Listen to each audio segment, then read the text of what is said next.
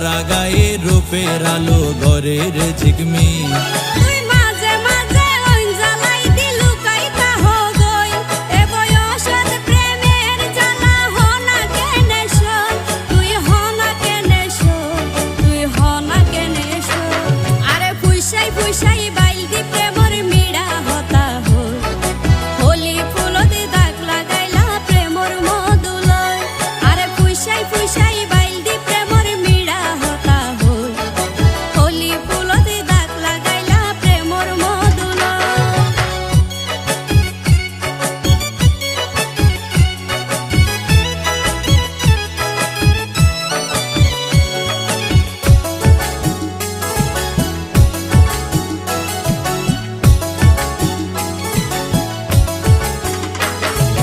ন জানে হন বৈদ্যর তাবিজ দিলা রে সোয়াই